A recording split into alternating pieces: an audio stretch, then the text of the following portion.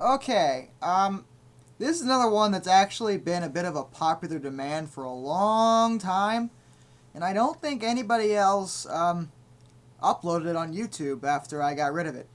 Um, this is the first Ninja Gaiden 2 review I ever did, and it was a co-op review with it was me and my friend Rijno, who some of you may remember. He used to do Let's Plays. He actually got decently popular for a while before he quit because he started getting busy with real life stuff and just didn't have time to deal with it anymore.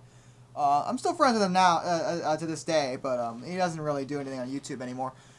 But this review was the one thing we actually well, not one thing, we did a couple Let's Plays together, but this was the really big project we went together because we were both upset about the state of the game, and Matt is actually Rishno is actually a bigger fan of Ninja Gaiden than I am. He loves the first game, Ninja Gaiden, not the first one, the Ninja Gaiden Black specifically on the Xbox. He loves that game, and was really excited for 2.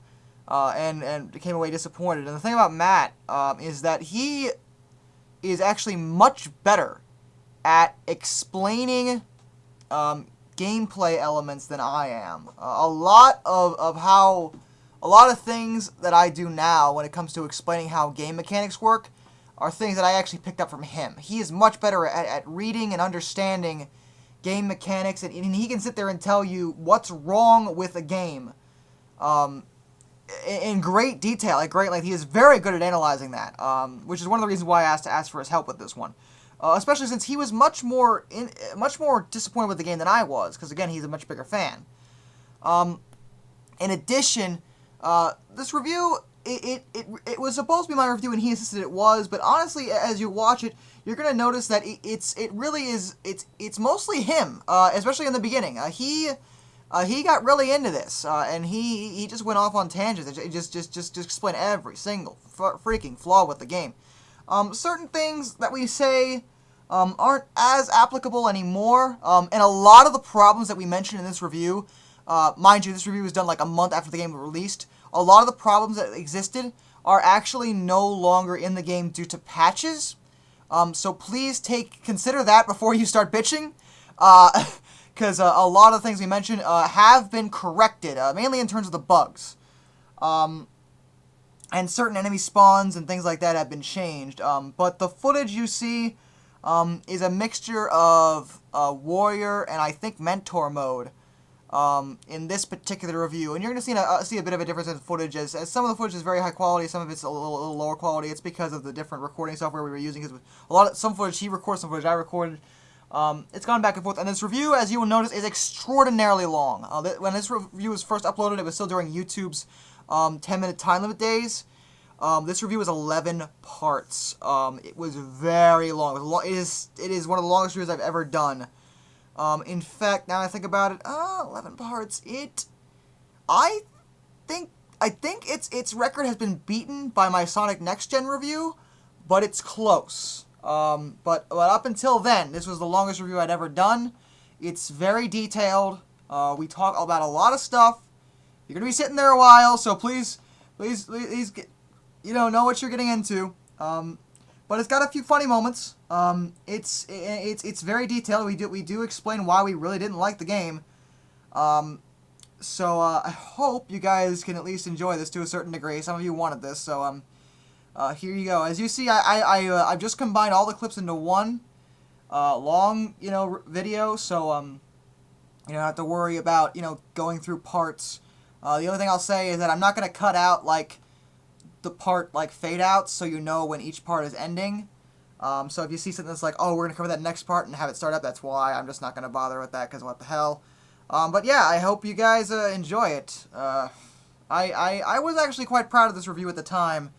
And I rewatched it. It's not. I don't disagree with a lot of it still. A lot of the problems that I listed were issues, and some of them still are. So yeah, just take it with a grain of salt, I guess. Bye.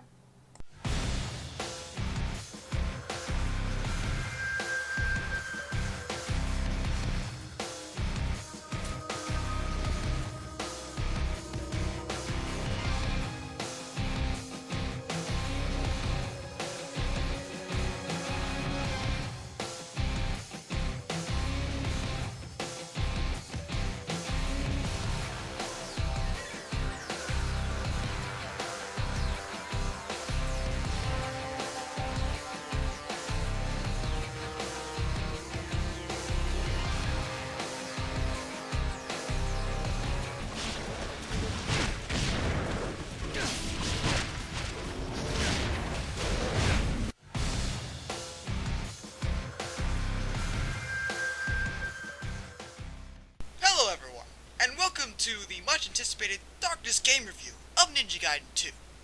I'm Darkness, and with me is Regino. Say hi! Hello. There you go. But before we begin, I just wanted to point something out. Many people seem to have gotten the impression that I absolutely despise everything about this game, and I'm gonna sit here and rant and rave about how much this game sucks, and blah blah blah blah blah, like I usually do. If the trailer gave you that idea, you'd be wrong, because that is not what I'm going to do. I like a lot of parts of this game. I just have several extreme issues with the game and the way it turned out. It's a very disappointing game in my opinion. Not horrible, but very, very disappointing. Anyway, for example, I like level 1. The game starts out extremely well. On Warrior, level 1's awesome. Yes. Or Acolyte. On Warrior, level 1 is excellent, and Acolyte. Now, granted, in the higher difficulties, level 1 becomes horribly, horribly cheap. But, on the two difficulties you'll be starting out the game from, level 1 is a lot of fun, and there are virtually no issues with it. The combat is tight, fast-paced, and it works extremely well. The only thing that bothered us in the beginning is right off the bat we noticed we could play through the entire game using just the Y button. Another thing that kind of bothers me about level 1 is they tell you the tutorial after you're already fighting, and newbies would not be able to understand what to do and just die before they even are given the instructions on how to play. Right off the bat they throw you into combat when you don't even know how to play, and newbies will not understand this concept if they haven't played the originals. Immediately. Because those first enemies are very aggressive. And then they'll spend time being upset and feeling bad about themselves. Until they finally live long enough to read the whole tutorial. Or they just get their instruction manual. Another odd thing about level 1 is for some reason they choose to start you out with 3 Ninpo. It's not really a bad thing, but it was different and somewhat unexpected. It kind of made the gameplay perhaps too easy in the beginning, but like I said, it's not really a problem, just something that was odd. There's also a lot of really random chests full of Ninpo everywhere. For no reason. Not that this is a bad thing, but it makes the game feel like God of War. It makes the game too easy because all you do is spam Wind Ninpo. Yes, you do that a lot in the game. Some of the Ninpo is extremely overpowered once you level it up. Wind Ninpo. Personally, I think Piercing Void is extremely overpowered too. That's only at one point. Uh... Later in the level, you'll come to a part where it teaches you how to charge your ultimate attack using essence. There are these 3 seemingly empty chests that just sit there, that are already open, and they always bothered me every time I played through the game until like the 4th time I played through it, and I noticed that if you don't ultimate attack right away, they're all dropping yellow essence into the air to help you understand the concept of absorbing the yellow essence to ultimate attack the enemy. The only problem with this is you can kind of abuse it for like 1 to 2 minutes and just keep running in a circle collecting essence. But other than that, I thought it was a pretty good idea. There's a lot of new things added to the combat. It's been revamped to a certain extent. Depending on who you are, this is a good or a bad thing. The ultimate techniques are still there like they always were. They use the Y button to pull them off. They seemed a little bit too easy to do in this game, but it might just be an illusion. It's because there's more enemies and you have more essence to absorb almost constantly. And because they made the ultimate attack so much more powerful. What used to be a single swing for the half-charged ultimate attack is now an entire combo. And now the double one is like an immense combo that is guaranteed to insta-kill at least one person. And depending on your weapon, it can insta-kill up to 28 people in one shot. And we're not exaggerating there. No, that, actually I think the clip I had is 26 people in one shot. Oh yeah, that's also too many people to be on the screen, but we'll get on that later. Another added part of the combat are the obliteration techniques. Now these are cool.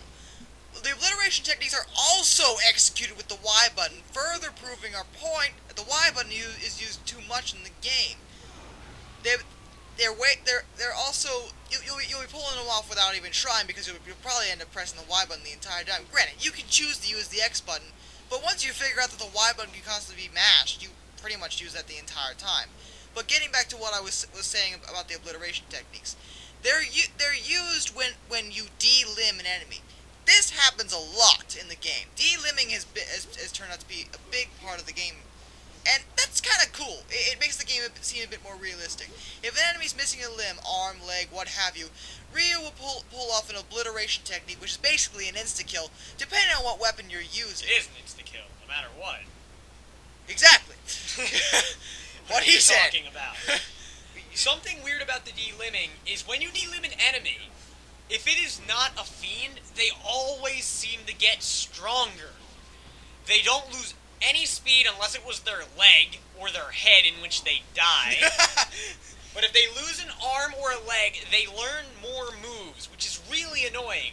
And the moves they learn, sometimes, depending on the difficulty mode and what level ninja it is, can instantly kill you because of how strong they become from losing that limb and kamikazing you with an incendiary shuriken. It's understandable as to why they did this, because when you lose an arm or a leg, you're probably going to become more desperate to kill your opponent. But it turns out to be just cheap, since you usually can't see the enemies that are crawling on the ground, the ones that missing their legs. And then all of a sudden they grab you on top of you, shove an incendiary shuriken into your chest, and you explode. And in the higher difficulties, this is a horrible thing to happen. Higher difficulties, there's ninjas who can just blow up the general. Exactly. One main problem with when an enemy has no arm or no leg is that not only are they normally set to just throw you whenever they're anywhere close to you, if they have an arm or a leg, that chance goes up even more, and 90% of the time, they will throw you, which will kill them, but it will normally kill you with them. It's almost kind of cheap when they do this. I mean, again, it's understandable why they would do it in They're going to a die realistic sense, but it happens so often that it doesn't help the difficulty anymore. What it does is make the game even more cheap. And there is a difference between hard and cheap. After a while, you have to learn how to fight enemies by killing them in one hit, or by just never de-limbing them and just having them die. Other than that, the only real way to deal with these people is to do obliteration techniques, which is, again, another reason why you'll be using the Y button so much. The fiends can also be de-limbed, as mentioned earlier. The only difference between the fiends being de-limbed is this doesn't seem to have any impact on the fiends at all. They do not get stronger, they do not seem to be more aggressive, they just seem to be missing an arm. Or, actually they seem to be missing an arm because that's the only thing a fiend can lose other than his face, which will always kill it unless it's one of two enemy types, I believe, which is some giant robot raptor thing and a zombie. One more thing about de-limbing is the fact that if an enemy loses 2 limbs, they will automatically die, no matter what type of enemy they are and no matter what 2 limbs they lost. Something you might notice about this game is you do not have to buy almost anything. You start with a lot of the abilities you have to get in Ninja Gaiden 1. You will already have the Scroll of Inzuma Drop, you will already have Guillotine Throw, and you will already have counterattacks. Guillotine Throw and counterattacks are changed, though, and we should talk about those. Counterattacks are generally more effective in this game, as you tend to get less shurikens in your face when you do it. Although you will get more shurikens in your face in general.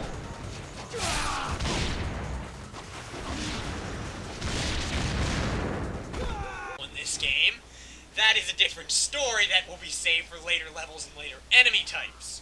The counterattacks generally seem to be very powerful. A lot of weapons will either one-hit kill someone when you counterattack, instantly de-limb someone, or just go into a crazy long combo if you're using the claws for some reason. The main thing they changed about Guillotine Throw is it doesn't really do much damage unless you chuck an enemy into a wall. If you chuck an enemy into a wall with Guillotine Throw, it will automatically lose an arm, unless the enemy is hurt a certain extent in which it'll lose its arm and its head, killing the enemy.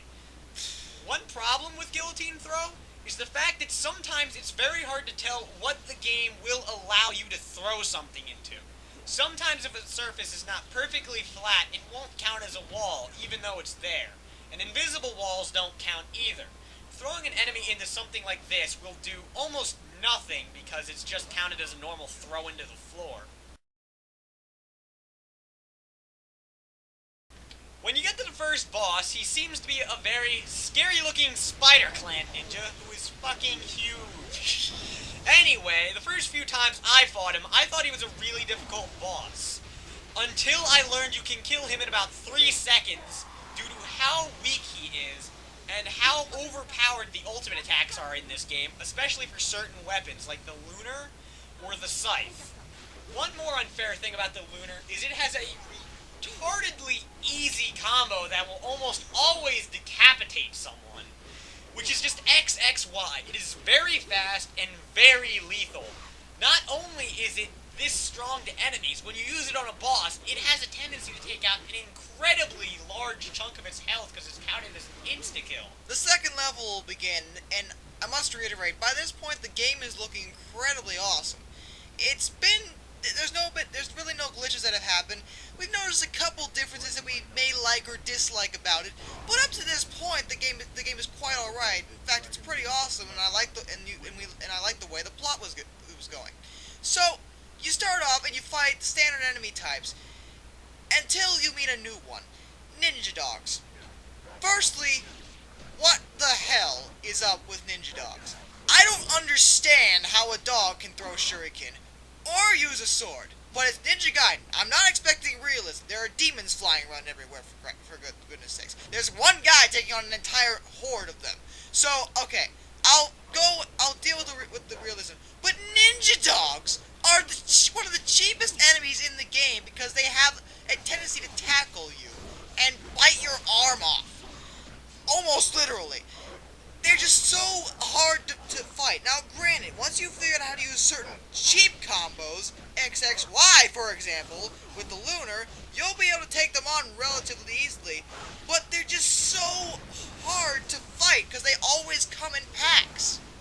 Something I find ironic about the Ninja Dog is I think adding the Ninja Dog was because they removed the easy difficulty level, which ironically was called Ninja Dog Mode. So they had to add some sort of Ninja Dog, which is this very annoying and very weak enemy type. While they may be cheap, like Regno said, they are extremely weak and easy to kill.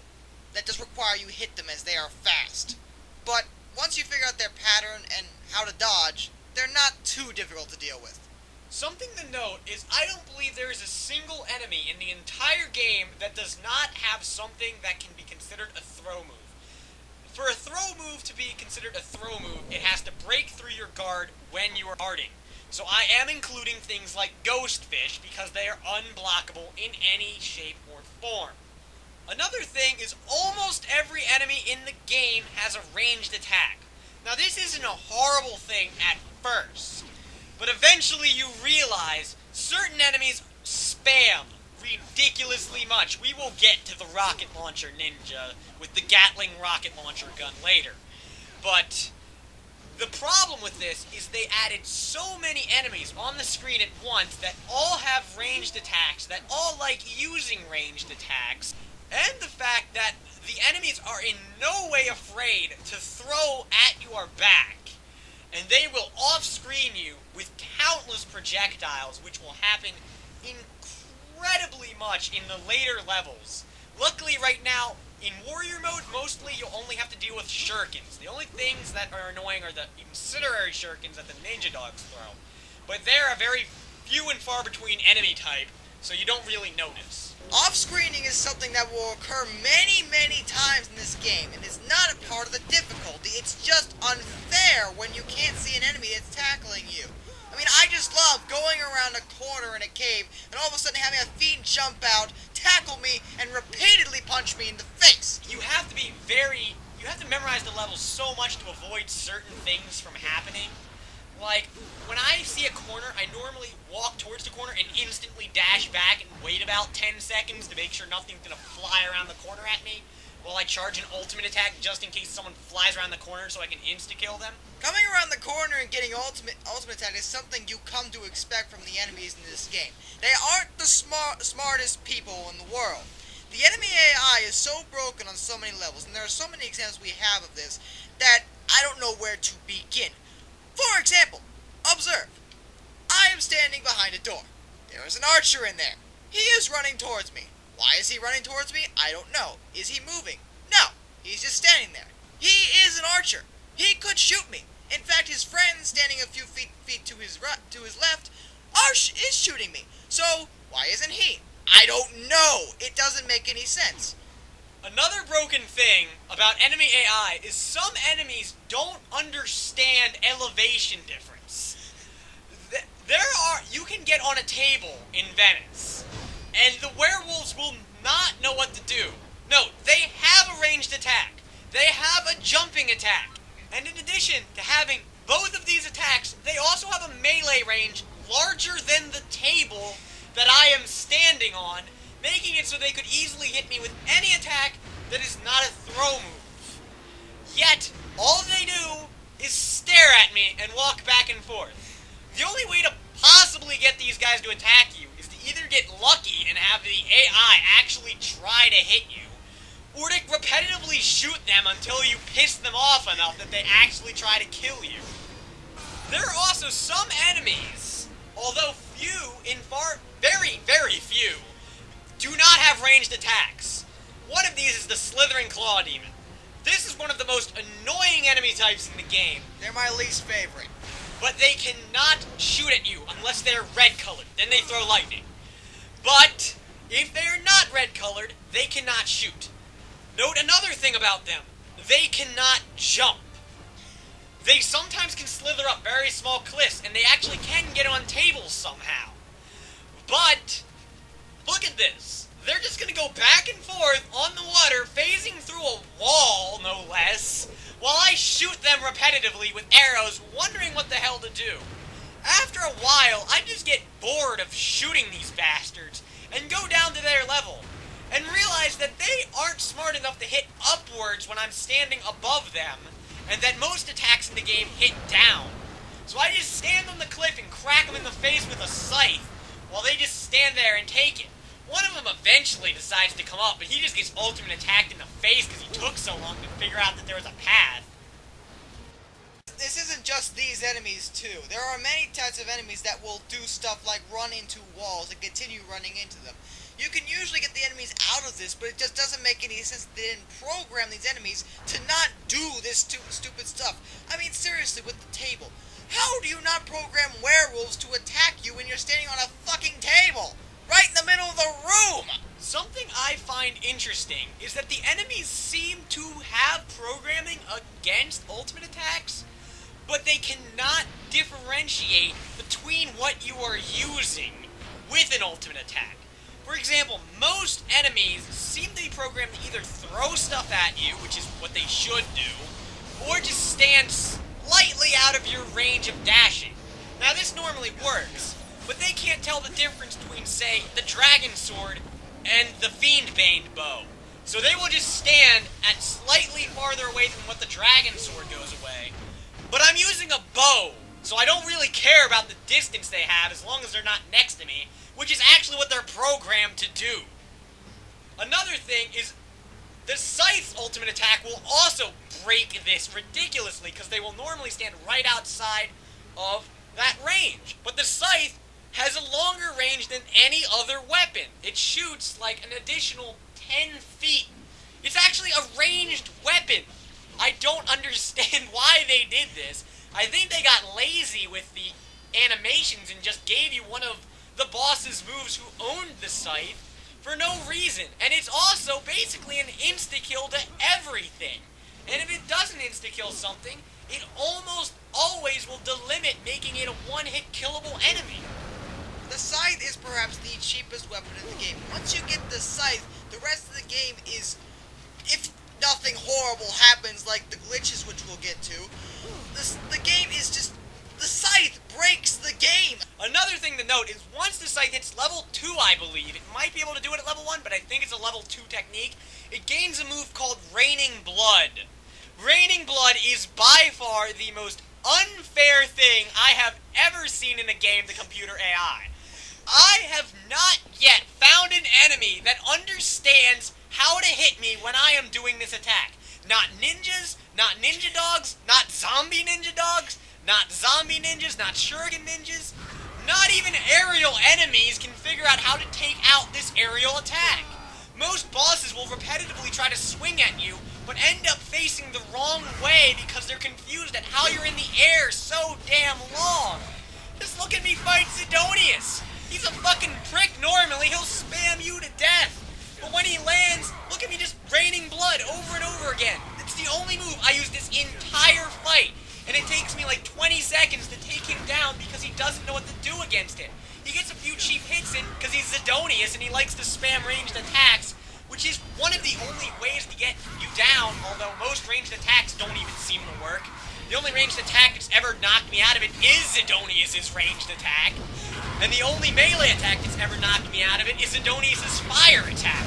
Oh, and the Fiend's uppercut, the standard purple ones. And as far as characters go, Zidonius is probably my least favorite in the entire game. He's perhaps the cheapest boss I have ever seen.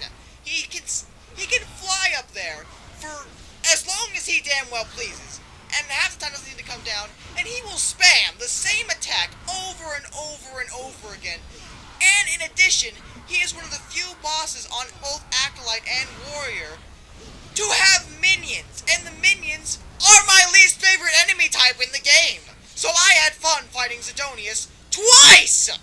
Speaking of fighting guys multiple times, Genshin, personally my least favorite character, because he doesn't ever have any character development until the very end of the game.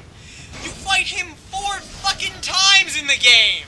And he doesn't ever really get any better. I do the same move every time, and he falls for it exactly the same. The only difference is he gains like 1 move per battle, and in the second battle he has minions. Whoop-de-fucking-do. At least until the end. The only clue that you have to Genshin's true motives and his true character personality is he has an esteemed hatred for all dragon ninjas, especially Ryu, because Ryu kicks his ass several times. And it just doesn't go into that. Speaking of Ryu, Ryu hasn't changed a lot. As far as his character personality, I have no problems with him. He's the same as he was in the last game. He sounds a little younger, I think. But that's okay for me. Speaking and getting back into characters, there's a new character. A character that a lot of people don't seem to like for no reason. Sonya, the new female character. She's a CIA agent. She helps Ryu out, and I will repeat that she actually helps you. Many people think she's just a Rachel wannabe. Someone tell me what Rachel ever did. The only thing that she ever did was right at the end of the original Ninja Gaiden on the Xbox, and that's get you out of the pit of hell. That's it. Half the time you have to rescue her from stuff. Granted, you have to rescue Sonya a couple times, but at least she makes up for it by, saving you from a horde of werewolves. She uses a rocket launcher. She can actually fight back, unlike Rachel. Speaking of wanting to be a Rachel wannabe, this entire game's story, although I like it a lot more than the first one, is almost identical to the first one's storyline if you think about it. There's a blonde, big-boob chick who's helping you. Oh, God, you always have to have that. Luckily, she's slightly less scantily dressed than Rachel was. God damn, she's dressed like a slut. Anyway, there's these greater fiends. Wow, this seems familiar. Who break into your village. Familiar. Steal an ancient treasure. Familiar. Of ancient destruction. Familiar. Provide some sort of power. Basically, it just goes on the exact same story. Ryu needs to kill these fiends and then eventually stop this ultimate power that they're unleashing with the ultimate artifact that he got from his village that he needs to either get back or just kill, which is what he ends up doing. Speaking of the greater fiends, there are somehow 4 of them in the game. How they got the 4, I don't know, because in the original game they kept reiterating the fact there are only 3 greater fiends, and now all of a sudden there's 4 more. How? I don't know. Don't really care. I understand why they brought the greater fiends back. And I also like there seems to be far more character development on the greater fiends. In the last game you had 3. You had Goatman, I don't even know what his name was. He was there for like 10 seconds. He was like the easiest boss in the game. You had Alma, who was more like a puppet than an actual greater fiend. And you had Doku, who was a prick. That's all. And you had no background behind any of these characters except that Alma was Rachel's sister. That's it. This time, however, the greater fiends actually have their own unique personalities, which I like. The first one we want to talk about is Alexi. He is the Greater Fiend of Lightning. They gave all the Greater Fiends their own elements. Although, some of the elements really don't make any sense to me. One. That is just one of them. But we'll get to her later.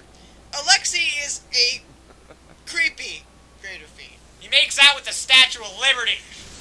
That is one of the things. He's got an odd personality. He acts kind of like a... I don't know how to explain. And he looks a lot like Sephiroth. He does look a lot like Sephiroth. He's an alright Greater Fiend. He's an interesting character. He's the first one you fight. He's got... his boss fight was somewhat decent compared to most of the other boss fights in the game. He's like the only flying enemy that actually fights on the ground the majority of the fight. The second Greater Fiend that you will meet in the story is Wolf. You will meet him in a castle scene in Venice. He is taking over the castle with his army of werewolves. Yes, Wolf seems to be the only Greater Fiend that commands an army. Dagra Dai has, like, his own army, but that seems to be everyone's shared army that's not Wolf.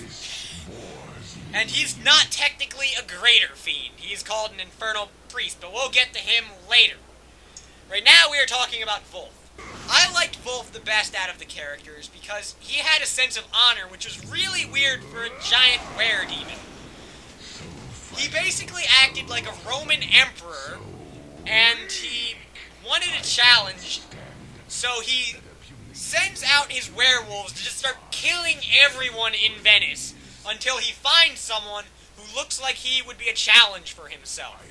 Once he finally finds you and deems you a worthy challenge, he tells you to meet him in the Colosseum for a one-on-one duel that he is specially prepared. You then go to fight him in the Colosseum with a cool cutscene where Wolf then again acts really like a Roman emperor this time, pulls out a huge fucking scythe which will break the game once you have defeated him, and then manages to fight you. He is the only enemy that seems to not like throwing for some reason in the entire game. He does have a really cheap ram attack, but it's not that bad as you can normally run away. Sometimes it's really hard to run away if he starts the match with it. But other than that, he fights pretty fair. Another thing we forgot to mention is Wolf's element. Wolf is the bestial storm, as they call him. Wolf, Greater Fiend and Ruler of Storms. And his scythe has the power over wind, which is why it is a ranged ultimate attack, and that is why it is broken. We already mentioned Zidonius. He's the third Greater Fiend you face. He's the Greater Fiend of Fire. An element that makes sense. Zidonius, his fight was kind of prickish, and I do not like him as a character, to be perfectly honest. He spends too much time preaching about how superior the fiends are, and how he's the only reason that humans are alive today. I'm the one who gave cavemen fire! Meant a lot. I don't know why. Zidonius is still kind of a prick when you fight him. He's cheap-shotting, he has annoying minions, and he won't land! And when he does land, his landing move is annoying. The fourth and final Greater Fiend is Elizabeth, who you don't even know is a fiend most of the game. I knew she was a fiend right away because she had yellow eyes, claws, and the manual said she was a fiend. Well, I didn't read the manual, so if you don't read the manual, you don't know she's a fiend, because she looks like a human most of the time. She is the queen of the Greater Fiends, and her element is blood. Why blood? No clue. I assume they meant it to be something like blood, life, so her element is life. I don't know. I liked her as a Greater Fiend. Her fiend form seems well designed, though kind of weird. It's a giant mutant butterfly with no stomach. Yes. And her fight, it was alright. It wasn't as cheap as Zidonius's, but there were still a lot of problems. She seems to like running into walls when she's flying, and she also keeps spamming this same stupid blood move that's really annoying, and she just never ever stops doing this unless you do something crazy like run towards her while she's doing it. Also, the second time you fight her, it has been known, I am not sure if they have fixed this glitch, that if she uses the blood too often, it can break your game and cause you to have to restart either the entire game or the level, depending on if you're using manual or autosave. The person who seems to command all of the greater fiends is someone known as the Infernal Priest Dagra Dai. I am sorry we have no footage of him, because we cannot get footage of him, because it is currently impossible. They have added a patch that now makes the game completely unbeatable. No, it has not made the game harder in any way. It has just made it so that right before you fight Dagra Dai, it goes into a black screen, and all that happens is your controller just keeps rumbling forever, and it never changes.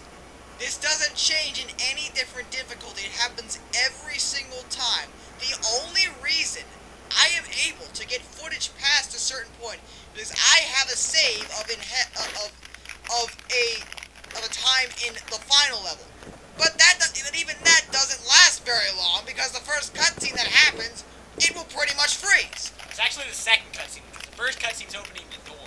Whatever. The point is that we could get barely any footage of the final level, because the level before the final level, the game completely crashes.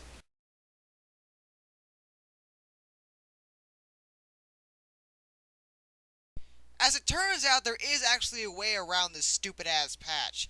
What you actually have to do is go onto the System tab on your Xbox dashboard, select Memory, and on the Rename tab, enter the button combination XX, left bumper, right bumper, XX, and say yes. I didn't say yes, Matt did, and Matt told me it worked. I didn't want to do it because of what it does. What it'll do is pretty much delete all the updates you've ever gotten for every game on your 360. So basically while this gets you around the patch and the Ninja Gaiden 2 game and allows you to actually beat the fucking game, this is going to mess up a lot of your other games, especially if one of them got a really important update. There's potential to lose a lot of important stuff depending on what updates get deleted and depending on what games you have. Honestly, I recommend people with large Xbox 360 libraries like me to just say fuck it and wait for Tecmo to hopefully fix this stupid-ass patch problem, which I assume they should, because this is kind of a big deal when it is physically impossible to beat their stupid-ass game. But once it deletes the patch and all the other updates with it, you have to play the game offline, so it doesn't give you the option to download the patch again, and then you can actually beat your fucking game. But can I say something for a moment before we continue with the review? I just have to say this.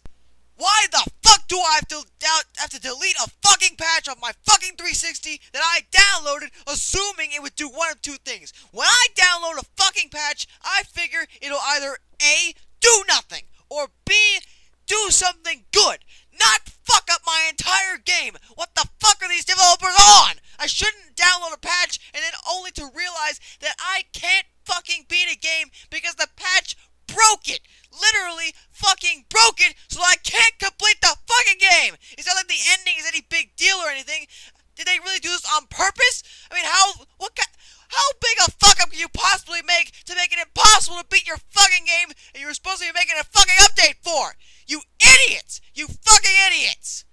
Okay, I'm done. Now, if anyone cares about Dagra Dai, he basically looks like a normal human, and he turns into a giant octopus monster. Also, every time I say Dagra Dai, I start thinking of Cobra Kai. He's one of my favorite fights in the game, to be honest, and he's followed by the final boss, who is insanely tedious and annoying. And if you know what you're doing with the bow, you can prevent him from ever doing anything. The final boss is the Archfiend, the one you're trying to prevent from getting summoned in the first place. His fight is divided into two parts, which is fine. But the thing is, his first part is all bow. For some reason, the developers decided to make all these unnecessary bow parts of the game. You use the bow way too much. In the first game, I think you only needed the bow to fight the tanks and the helicopter. You actually did not need it for the tanks. but it was very highly recommended. You didn't need the bow for anything else. Now, against like Huzu, you might have wanted to use the bow because it helped greatly, but they made a lot of fights in Ninja Gaiden 2 where you don't have a choice. You need to use the bow. And the first part of the final boss is one of them. The second part of the final boss is just stupid. He gains a random power. He gains a power from each of the greater fiends, and he keeps his giant laser that is his own power. He basically just flies around the entire fight, spamming you with random moves, while you cannot actually do anything to hurt him unless he is in two stances. One is him walking randomly on the ground for some reason, while touching his feet during his form will hurt you. So I would recommend doing something like raining blood, however cheap it may be. And the only other time you can hurt him, and the way you have to kill him because he will stop doing the walking move once he's down to like a fifth of his life, is when he's hanging from the cliff. He likes to do a laser in this one move that he took from Wolf. And both of the moves are really annoying, to be honest, and you have to hit him in the hands until he dies. I have been told that if you have the scythe on level 3 and you hit X, X, Y, Y, Y over and over again, he can't actually do anything and he just dies almost instantly. Now this glitch doesn't really have any negative impact in the game other than you might think there's still a ninja alive trying to kill you. But I wanted to introduce everyone to Ryu and I's new friend Stubbsy. Stubbsy is my friend, and he is a one-armed purple zombie shuriken throwing ninja. Quite possibly the cheapest boss in the game due to really bad hit detection and really bad logic has got to be Nessie. Now I know it's supposed to be called Water Dragon or something, but I think it's the Loch Ness Monster. It does look like what we would think the Loch Ness Monster to be, so we're gonna call it whatever the fuck we want. I call it Nessie, and it lives under Venice with a bunch of ghost fish for no apparent reason that it can summon. But that's not a very annoying part of the fight, it's just a distraction. Anyway, the problem with Nessie is a lot of Nessie's moves either look like they shouldn't hurt you at all and they take a crap load of damage off, or the fact that Nessie's hit detection is so poor that Nessie can seemingly throw you from anywhere with a bite move. This includes completely to the side of the boss. Or completely behind the boss. Sadly, I could not get footage of that, but I have a lot of footage of me being under the boss, and somehow I'm suddenly in its mouth when its neck lunges forward instead of down, which is where it would have to lunge to get me. Now, the problem with logic I have during Nessie is you can end up on Nessie's back. Now, if Nessie moves in any way, no matter how slight, you lose like a third of your life bar if you're touching Nessie. And I don't understand this at all. Like, when Nessie does the belly flop and you're under Nessie, I can understand it. Or when Nessie flings its fin and hits you, I can understand it. But when Nessie just slightly moves forward, and I get launched flying off its back, taking a third of my HP off, for no fucking obvious reason, it's like, I wouldn't be hurt by that, okay, Ryu? God damn it, I understand getting killed by spike impalement, or getting killed by the tendril. Oh, and Nessie has one other really, really cheap thing that Nessie loves to do. The instant the fight starts, Nessie will almost always roar, which is a really, really hard to dodge attack. And the only way I've been able to dodge it is by casting Ninbo the instant the fight starts and being invincible. But even when I do that, Nessie has a tendency that right when the Ninbo ends while I'm in recoil, to roar again, which will hit me because I'm still standing in the same awkward position. Another really annoying, well, he's not really a boss, he's a sub-boss. And he's rehashed again. He's rehashed too, is the ogre. Whether he's called something else, I don't know. But we're gonna call him an ogre because that's what he looks like. One problem I have with the big ogre is he is blind, yet he sees you all the time for no reason. I don't know whether his ears are so cute that he can pick up Ryu's silent ninja footsteps, or if he's just magically able to see you somehow with, like, sonar or something that comes out of its forehead. I don't know. but that's something that I feel could have been implemented that they didn't, and it disappoints me. The ogre is also a really annoying boss. For starters, hitting him will prove to be annoying because he'll flail around with his fists. There's not really a time when you can get an open shot at him. You will be able to stun him. It will give you an opportunity to hit him. But there's a really annoying thing that'll happen. And I don't know whether this is on purpose or whether this is just really stupid. But what it looks like to me is Ryu gets teleported quite a distance away from the ogre. And this will lead to the ogre throwing one of two things at you. Either a boulder or a taxi. But there's another issue with this, is that even if you get hit by either of these two things, you don't take any damage from it, so it doesn't make any sense at all. Especially since you still are clueless as to how you got there in the first place. Something else I don't like about the ogre is how unbelievably easy he can be depending on the weapon you're using. For example, I have a combo that I really like to use against almost every boss in the game, which is a combo with the claws, level 3. You hit towards the enemy and you mash the X button. This will cause Ryu to do a series of teleport attacks that do an insane amount of damage insanely quickly and can normally kill a boss very, very fast, especially one like the ogre.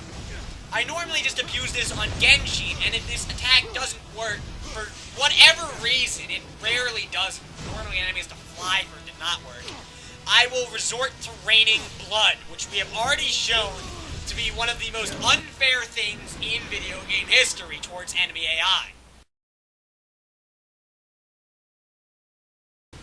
Okay, something that bothers me about Ryu. He considers, I am assuming at least, that every destroyable object is counted as a target for any of Ryu's attacks. I'm not sure if all objects count, but I do know that both couches and control panels adhere to this rule, where Ryu does not recognize the difference in threat level between a giant demon rushing him and a sofa sitting in the corner, and will attack whichever is closer. So if you unleash, say, any type of ultimate attack, there is a 50-50 chance that instead of attacking an enemy, he will turn completely around and smash a couch for no fucking reason. Numerous times throughout the game, they will force you to do these bow sections, where a ton of little black wyvern creatures that shoot fireballs will come down and just spam you until you kill them all or run away. There is no reason to have these sequences so many times throughout the game. The first time I didn't mind it so much, because it seemed to me that the developers were trying to be nice and give new players a chance to practice with the bow, which made sense. But the second, third, fourth, fifth time this sequence happened, it just got stupid and repetitive. Especially since these enemies aren't particularly threatening. They don't take off a hell of a lot of damage if they hit you, and they're just annoying. There's no reason they should make you fight these things so many times. Also, there is, I believe, only one part where you actually have to kill all these in the game, which is in Wolf's level, right before you fight Wolf. Now the problem with this is when you will go through onto a drawbridge to fight them, a gate will close behind you and there will be a shut door in front of you. Now while you are fighting these guys, this has happened to me 2 out of 3 times at this section. The third time is when it finally didn't happen somehow, and I was like, finally I can beat this. An enemy may spawn in the room you came from when the gate shut on you. Now this doesn't look like it's a problem, because the gate that's shut has a bunch of really big holes in it. Unfortunately, all of these holes are covered with an invisible wall.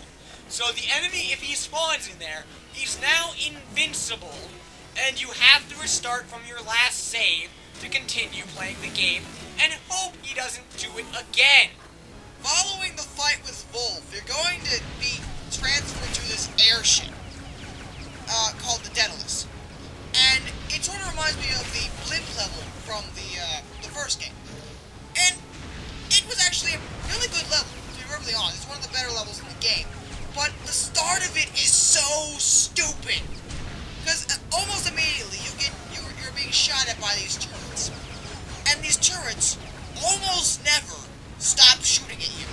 And you have to hide behind these randomly placed barriers in order to protect yourself and hope you'll be fast enough to quickly get out from behind your barrier, aim, and destroy one of these 4, I think, turrets. 6. 6. And they respawn. Each one respawns once. In addition, you must have a fully charged bow shot to destroy one. This was one of the stupidest parts of the game, and it was just annoying. Granted, the rest of the level was alright until you got to the end, which is where you fight Genshin again. And this is the annoying fight where he has these really, really annoying minions. And his minions happen to be possessed Spider Clan, and happen to have a ridiculous amount of incendiary shuriken. Immediately after the Genshin fight, you will land in a frozen tundra. So what else would you expect other than a giant molten lava ball heading straight towards you, which turns out to be a giant mutant fire armadillo that you must fight. Now this fight is not so bad other than the first time I fought him, I didn't realize you could hurt him with the bow, because when I shot him with the bow, a glitch occurred and he didn't take any damage. So I assumed you had to fight him in melee, which is a very bad idea. Anyway, upon hurting this boss down to like 1/3 of his HP, he will go crazy and start glowing red with fire, and just constantly be spamming projectiles no matter what attack he is doing. He also has this bowling ball-like attack, which is retardedly annoying because he is invincible during it, and sometimes he likes to spam it. And sometimes the attack goes on so long that he'll ricochet like 8 times until he finally hits you, and then decides to stop rolling. Note that when he is in his angry form, he's still constantly shooting those fireballs. And when you finally take this bastard down, you celebrate in victory, and then die in instant one-hit kill that no one would fucking expect unless you have been told about it. He blows up like a nuclear fucking bomb and destroys you instantly. How do you contemplate this happening? I mean, you cannot expect this to just happen and for it to be a one-hit kill instantly. Not only this, what do you think when an explosion is going off in a Ninja Gaiden game? You run the fuck away because explosions are unblockable, right? No, not this one specific explosion. Out of every explosion in the game, this is the only blockable one. And it looks like a fucking nuke. You actually have to stand next to the bastard as he's dead, hold down block, and you will trigger a cutscene when he explodes of Ryu barely moving backwards as he holds his arms in an X and slightly flinches back as the armadillo explodes in a fiery fucking crater, and then he goes talks to whatever her name was again. Sonia. I was thinking Sophia for some reason. I don't know what that's from. Anyway. Oh, okay, that is Soul Calibur. Anyway, after that amazing cutscene, you move on to level 8, which is where you meet Sidonis. Anyway, I believe you're fighting either Russia or London. I believe it's Russia. It's Russia. But at the end, you are in a giant clock tower. Now, the clock tower is quite possibly my favorite platforming segment of the game. The only part I don't like about the clock tower is all the goddamn fucking possessed Spider Clan ninjas that attack you during it. Now, I like the clock tower scene because it had really creative platforming. And also, you could watch possessed Spider Clan ninja get crushed in between gears and laugh at that bastard for all the pain he has caused you. It is also one of the only times I felt like a ninja during the game. There is another thing I like about this level. Right away, you will notice these barrels. They showed up earlier in a different level, but no one really cared because they weren't useful in that level, other than to break a crate. Anyway, these are explosive barrels. By shooting these barrels, they explode and light on fire any enemies near them, which is a pretty cool way to kill your enemies. I only have one real gripe with these barrels. The barrels are just as healthy as the enemies that you are shooting, so what the hell is the point in shooting the barrel? You need a full charge shot, to kill a barrel. A full charge shot will instantly kill anything that is going to be lit on fire, being standing next to the barrel, seeing they're normally rocket ninjas. This is also the level where they introduce perhaps the cheapest enemy type in this game. In the lower difficulties, this is the level where you meet the Gatling rocket launcher ninjas. This enemy type is so cheap, I don't even know where to fucking start. They are, as their name describes, they are these ninja soldiers with Gatling rocket launchers. First of all, who the fuck came up with this enemy type? And two, how do you react to something like this? You, 90% of the time, if you try to jump dodge, they are going to lead your jump and hit you dead on with about 3 fucking rockets. They will generally also juggle you if you try to jump dodge. And I have never seen a rocket... Oh, wait, no. I have seen a rocket Gatling ninja alone once. They normally come in pairs. Or more, but normally pairs. Anyway, this enemy type never seems to have a reload time. He just seems to have an indefinite amount of missiles, and each rocket launcher ninja seems to shoot around 10 or so missiles before stopping for about half a second, while his friend then shoots 10 more missiles, while he shoots 10 more missiles, and the chain goes on until you find a way to kill them. The only real way to kill them is to somehow get around them and quickly smack at least one of them in the face before they have a chance to shoot you. However, this strategy is also flawed in some degree, because they can turn around pretty fast and immediately shoot you directly in the fucking face with one of their rockets, because they have almost no recoil when it comes to these rockets. Also, they will use rockets no matter what distance you are from them. You're far away, rockets. Well, that makes sense. You're point blank, rockets to the face. They don't care. And actually, point blank, they are much more dangerous. Because if they hit you with one rocket, even if you block it, you will then go into guard break and be hit by every other rocket that they fire. Okay, before we move on with the actual game, we're going to take a moment and discuss both the weapons and the Nimpo. Now, the one thing that bothered us in the game was the fact that a lot of the weapons were really cheap in terms of some of their combos.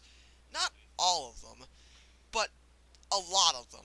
In fact, most of them. There's only 8 weapons total in the game, which is kind of sad, to be honest. And a lot of people seem to be getting the idea, after watching the part so far, that we think the scythe is the only cheap weapon and we should just use a different weapon. But the problem with that is this. Most of the other weapons are cheap too. We'll start with the Lunar. Now, we've already covered the Lunar to a certain extent. We've already talked about its ultimate attack being ridiculous. In fact, most of the weapons' ultimate attack are ridiculous. But the thing with the Lunar is that it has 2 combos in particular that are really overpowered. The one we mentioned before is one of the simplest combos ever, which is just XXY. Which just fucking decapitates people almost every time. And the other problem with the Lunar is the Y combo. Just Y, and however many fucking Ys you want to press. It's ridiculous too, because the ninjas don't seem to understand how to stop it.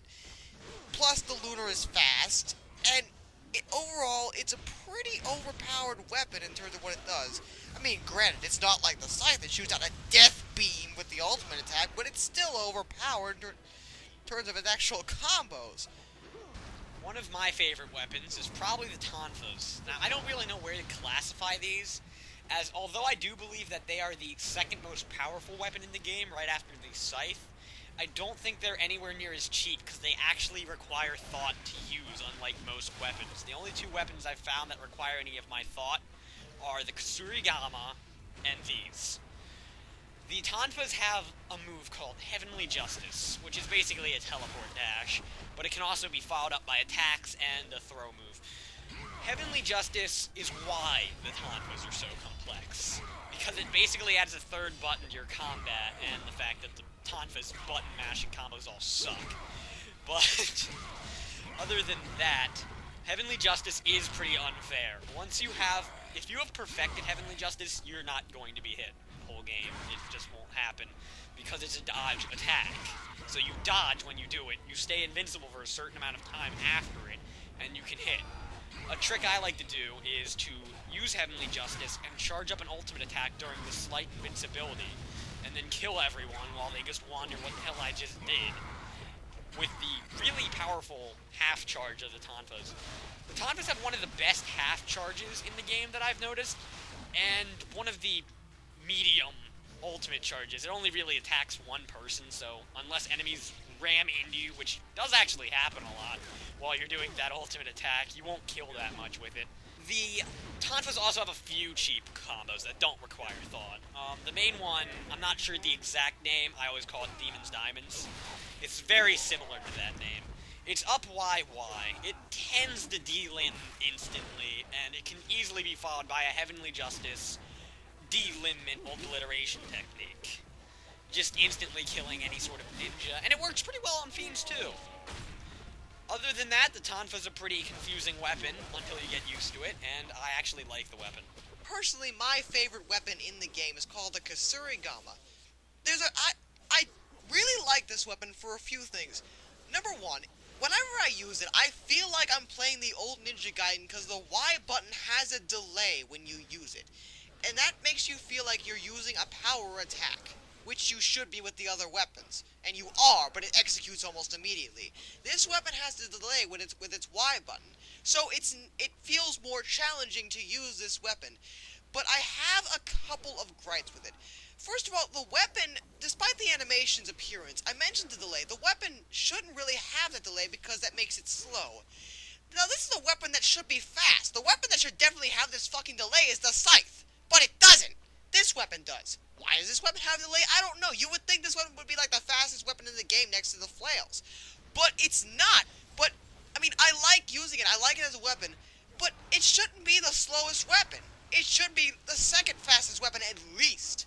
The other problem I have with it is even it has an overpowered technique, which is just its ultimate technique. It's the Kasurigama's ultimate technique is one of the most ridiculous things I've ever seen in my life, because when you use it, it will wipe out everything in the immediate area, because it hits in all directions. Next up, we have the dual swords. These are one of the slower weapons in the game, actually, rivaling with the Kasurigama, although I do think if you use the Y buttons, it is faster than the Kasurigama. Something strange about the dual swords you might notice is that the X button is really slow and the Y button is really fast. It doesn't make sense! And I don't understand that at all, seeing an X attack is a rush attack, and a Y attack is a power attack, and that should be the slow one, but whatever. Anyway, on to the moves. The majority of the good moves for the dual swords are just spinning the analog while pressing Y rapidly. Will basically do most of your fast, powerful attacks that tend to D-lim. It has a pretty good flying swallow. Decently overall, very strong overall attacks. And it has the strongest ultimate attack in the game, which I have actually one-hit killed the boss with at full health. It's pretty impressive. Another problem with the full-powered dual swords called Blade of the Archfiend is you get them at the very end of the game. So they're really only useful for New Game Pluses, for replay value, if you want to get the achievement for them or whatever. Because they're just not good at the point you get them. The dual swords weren't really meant to fight Elizabeth, Dagradai, or the Archfiend. But those are the only things you can fight when you get them. Also, most of the combos you have a lot of throw moves for the dual swords, and you can't use any of them because after you get the dual swords, well, the full-powered ones, that is, the other ones you can do whenever, you cannot use these combos because you're only going to be fighting fiends and bosses, which are too big for the throws. One thing that surprises me about the dual swords is I find them very efficient versus ninja dogs. And while we're on the topic, I will talk about the Scythe again. We've already talked about how retardedly cheap Raining Blood is. And I cannot emphasize this enough. There doesn't seem to be a single enemy in this game that understands what to do against it. The only time they'll ever hit you while you're doing this constant combo is during the midpoint in between doing it again when Ryu actually lands. That's because while you're in the air, it doesn't seem that enemies will hit you. There are a few enemies that are capable of doing that, but they usually don't. The only two bosses that seem to have the logic in them to counter this attack are Elizabeth and Genshin. The rest of the bosses don't seem to understand how to deal with this move. I don't know why the programmers didn't think this, because the move is just AY, but apparently they missed this combo when they programmed this damn game. And the other thing is just the scythe is ridiculously powerful in general. The problem I find with the scythe is that not only is it strong, but it's fast. Now, you would think the scythe would be a slow weapon because it's big, but the problem is it's not. It's not slow at all when you use it. Its ultimate attack is ridiculous, especially in a narrow fucking hallway, and most of the combos, especially just using the Y combo constantly, are fast. And other than that, the scythe is just overpowered, period. There's nothing more to say. Dragon Sword is your pretty standard weapon. It doesn't require too much thought, to be honest, if you know how to do counterattacks. It has enough, just like the Lunar, it has a pretty retardedly strong XXY. Although, the Sword's XXY isn't retarded because of damage effects, so it's not very useful versus bosses. It just tends to delimb almost all of the time, and I don't really know why. So it's a very good setup to an insta-kill. It's got Inzuma drop. It's a nice old XY, XXXY combo. Insta-kill to almost anything, including Spike Fiends, which is nice. Dragon Sword has the second worst ultimate technique next to the claws. Let's move on to the flails.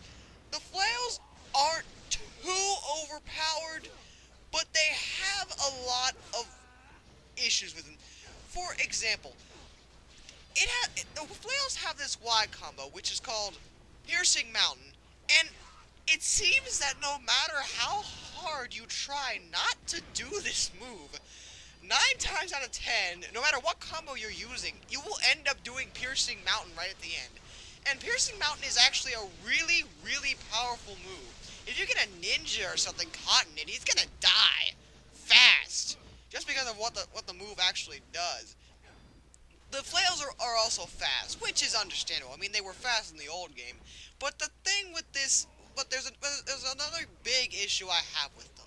The ultimate attack is ridiculously long at full charge. The flails, one thing I like and don't like about them is that the ultimate attack actually requires you to press buttons. But the problem with that is this: you only press one button, and it's the Y button again. So if you mash the Y button the entire time during the ultimate attack, you will see the longest ultimate attack in the game. And you will wipe out almost all the enemies with this single attack because of how fucking ridiculous it is. It just goes on and on and on. Need I remind people that this is Ninja Gaiden. You are not supposed to be able to do this with these weapons. Ninja Gaiden, I don't know if some of the new school gamers understand this by now, but Ninja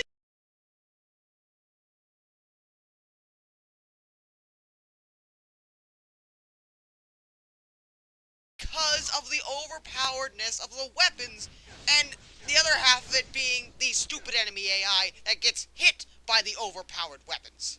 The Falcon Talons are probably the second cheapest weapon in the game, right next to the Scythe, of course.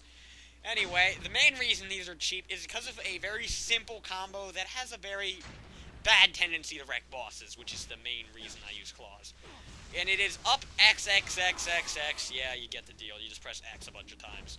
Anyway, it is a series of teleport dashes that do an excessively high amount of damage, and the boss will generally block the first one and then get hit by every other hit from the combo, generally dealing somewhere around a seventh or more of their health in a time. The claws have the weakest ultimate attack in the game, rarely killing more than one enemy. Even when enemies get in the way, it won't normally kill them, as it tends to lock onto that one guy who it impales. Also, the claws have the cheapest water attack in the game, which is just XY. and then I believe you mash Y after to make it repeat over and over again, which has always one-hit killed everything for me. But I'm sure that on Master difficulty, I hope it doesn't one-hit kill everything. It one-hit kills everything on Mentor for me. While we're talking about the weapons, we might as well discuss the Nimpo too. There were 4 types of Nimpo in this game, much like the last one. In fact, it's exactly like the last one. The first Nimpo you're gonna get, and the only Nimpo that stays from the last game is Art of Inferno, which seems to have been the fan favorite of the last one. It was the most useful in most situations. Art of Inazuma helped a bit more sometimes in groups, but the Art of Inferno was the universal one, so I figure they bring it back. But it's changed a lot. It doesn't work quite the same as it did. When you level it up, each time you level it up, it gains a shot. And by that I mean, when you use Art of Inferno, fire will appear above you, and a fire shot will rain down on a single enemy, at least on level 1. Level 2, there's 2 fire shots which target 2 of the enemies, and 3, there's 3 of them, obviously. And each time, obviously, the thing is more powerful, and it's pretty helpful in most situations. With groups of enemies, large groups of enemies, which you will run into in this game a lot, it's not quite as useful as one would hope, but it makes you invincible, and it will kill a lot of the enemies, and it will kill more than 3 enemies if they're standing close to each other, which the enemies like to do a lot, and it's probably the second strongest Nimbo in the game. My favorite Ninpo in the game has to be the Art of Wind Blades. Now, this is probably the most overpowered Ninpo in the game in terms of enemy control. Not the strongest Ninpo in the game, that goes to Piercing Void, but it is the most devastating to groups of enemies. 1. If you are attacking human-sized enemies, it'll insta-kill them all. All of them in a very large area are all dead, instantly, when casting the spell. Makes you invincible, like most of the spells. The only one that doesn't make you invincible is the Phoenixes. But it will also delimb fiends. If you're fighting fiends, it delimbs all of them. It will not kill them, unless they're already delimbed, in which it'll shred them to pieces. But it will normally just delimb them, and you run around, just ultimate attack everything, well, obliterate everything. And that's how you use your Wind Blades. And now, the worst Nimpo in the game. The Phoenixes are, I guess, a sort of incarnation of the Art of Fire Wheels from the last game, but they're just as shitty. The only thing that makes them a little bit better is that the Phoenixes can fly away from you and burn enemies. But the thing is, they don't do hardly any damage to them, much like the Fire Wheels, and they just don't really do much. It's pretty much a waste of a Nimpo to do anything. They don't really protect you. It's just if enemies get close to you, which they will still hurt you if they do, they'll burn a little bit, much like the Fire Wheels. So there's really no point to ever use these or level them up. And the Phoenixes don't cause any knockback.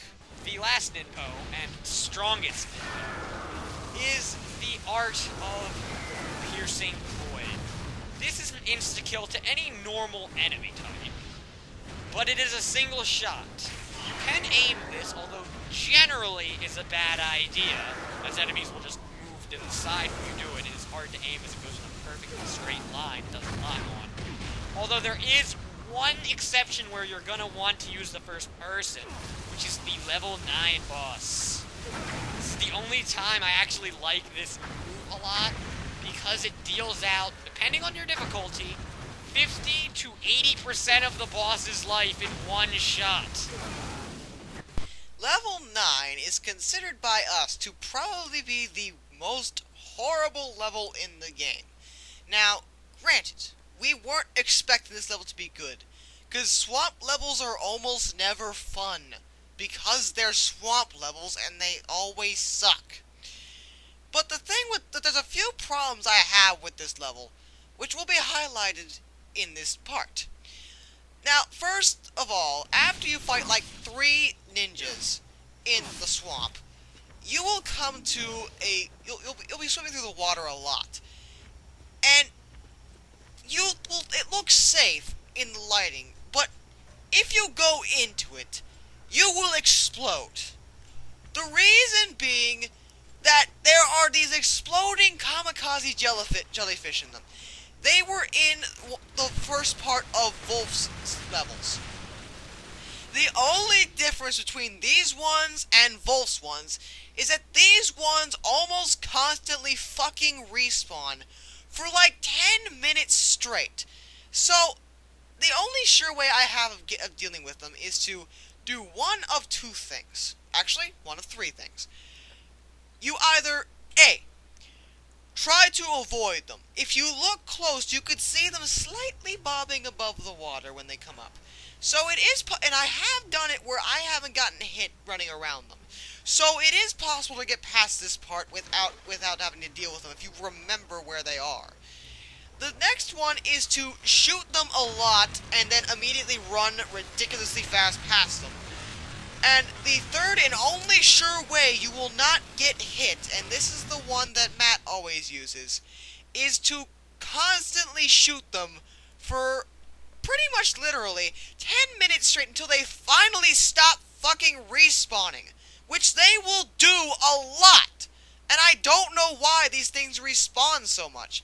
And one of my main issues with the jellyfish is that they're not really fair to the player.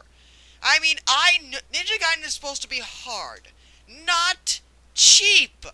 This is exactly my main problem with this level. There's a lot of things that happen that just aren't fair in general. I mean, if it's not these, what's to come next in the next area? The Gatling rocket launcher ninjas again! The next part has my favorite fucking Gatling rocket ninjas. Anyway, I've actually gotten pretty good at this part, but it's still a bitch. Because you have to get out of the water. And getting out of the water really sucks, because you can't dodge when you're in it. And you have to go up a staircase somewhere. You gotta find one of them. Who will generally have a rocket launcher ninja standing at the top of the staircase, who will spam you the instant you get near it. And you'll probably get hurt a lot the first time, and once you're up there, it's okay, though, if you're really smart about what you're doing. Now, they can shoot through a lot of walls in this area for some reason, so don't ever think you're safe. Just keep moving and avoid being shot point blank as much as possible, because it's going to happen. Anyway, try to get into the more open areas, whether that sounds like a bad idea or not. It's actually safer to be in an open area because you can dodge and they can shoot through the walls in the closed areas, so that just means you're going to get hit more. When you get to the open areas, there's ninpo chests and health chests hidden around this area, so feel free to spam Art of Inferno as much as possible while you stand in an open area and kill all the damn fucking rocket ninjas. There's also a chest of arrows, which I'd recommend not using, because they shoot missiles way too fast to charge up an arrow to kill them.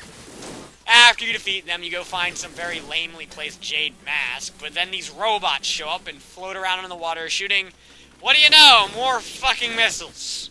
Anyway, equip the level 3 claws and run into the water and XY them all to death. Hooray, you have beat them! On to a very boring section. Congratulations, you have reached the most uninspired and pointless part of this entire level, and one of the main reasons why I despise it. You will come to an open area, and all of a sudden, all these random beetles will come out. They look similar to the claw beetles from the first game, but they're slightly modified, but they're pretty much the same things. They can jump at you. They can also latch onto you, but they'll usually just jump on you, which is actually kind of painful if you're not careful. You kill all these things in order to progress, and you'll have to smash the giant rock in half with some weapon's ultimate attack, usually the scythe, because it's the most powerful one.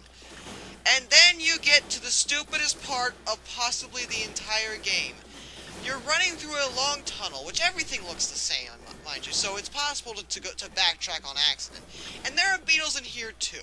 But the thing with these beetles is you shouldn't, unless you want points, you shouldn't even bother with them, because you just run past them, and there's like 200 fucking beetles in this passageway. And the other issue I have with this passageway is for some reason there's these roots with these eggs in them. And inside the eggs, they either have A, essence, which is useful as money, so those are fine. They have B, life, which you need, I guess, but the one that seems to appear the most, for no reason, is the one with the Nimpo, which is the one you probably need the least, because unless you're being swarmed, which you probably shouldn't ever let happen if you're a good player, you really don't ever need these until the boss, which is a really annoying part and probably the worst part of the entire level, depending on the weapon. Hooray! You made it to the lamest boss ever! Okay, now you can either choose to be suicidal and probably die if you use the Dragon Sword. For some reason, ultimate attacking him with the Dragon Sword does absolutely no damage. I don't know why, it's the only weapon that seems to do this. Just don't use the Dragon Sword on this guy if you have the option.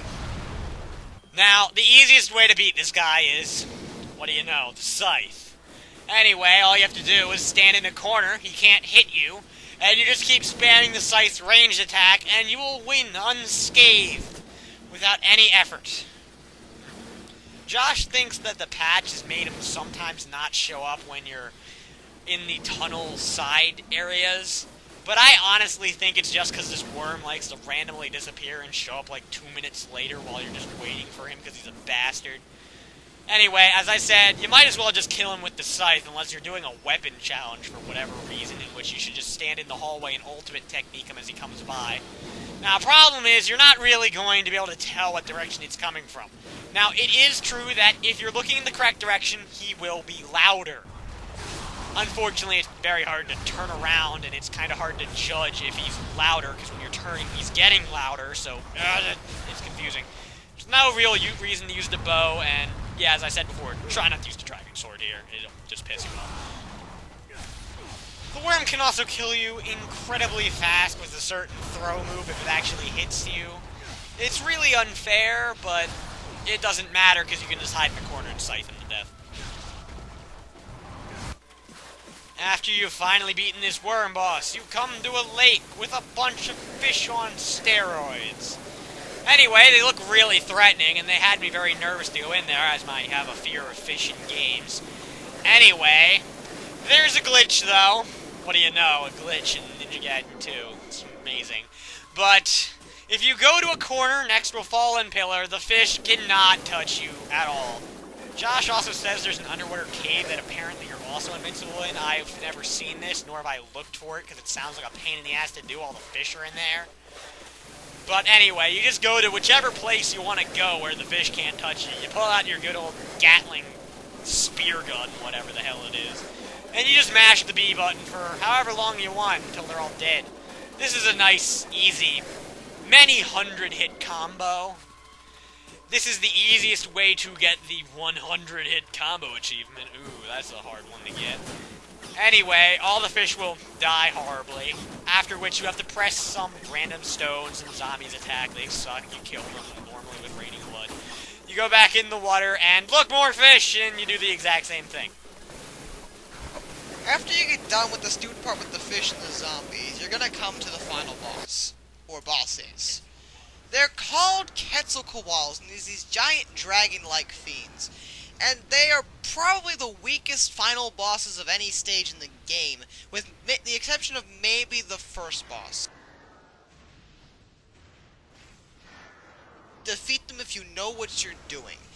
As was mentioned when we talked about the Nimpo earlier, if you use Art of Piercing Void on them, it will do a ridiculous amount of damage on them, killing them both in 2 hits each. So if you have 4 Nimpo on you, at least, you can kill them in under 30 seconds, as long as you're good at aiming. And to be perfectly honest, it's not too hard to aim in this game.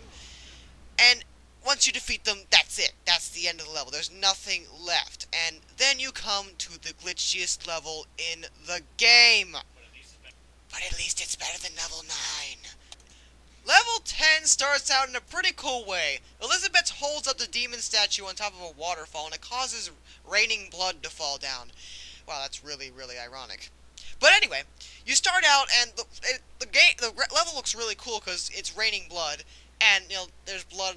The effects on the rain, that's blood, whatever, is really cool. The graphics in the game are actually pretty awesome, I must admit. There's a couple flaws, but Anyway, you start out, and the first enemies you get attacked by are a new version of the slithering spike fiends, and they're red.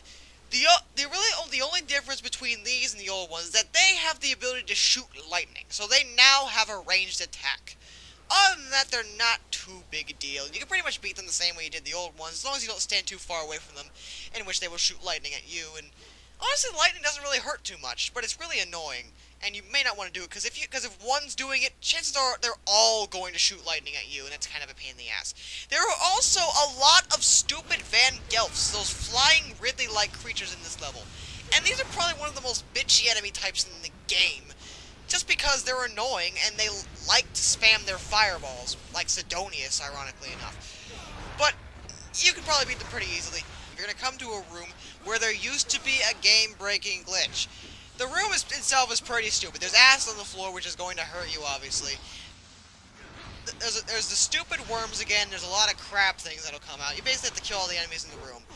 When I mentioned the glitch was that sometimes if you were killed in this room, when you reloaded your save, you would go back to the room and the enemies would not respawn, making the level impossible to beat, making you have to restart the whole game if you were using autosave. If you were using autosave, this is why we recommend manual save. You were okay, because you just go back to the save before that one, and you'd probably be okay.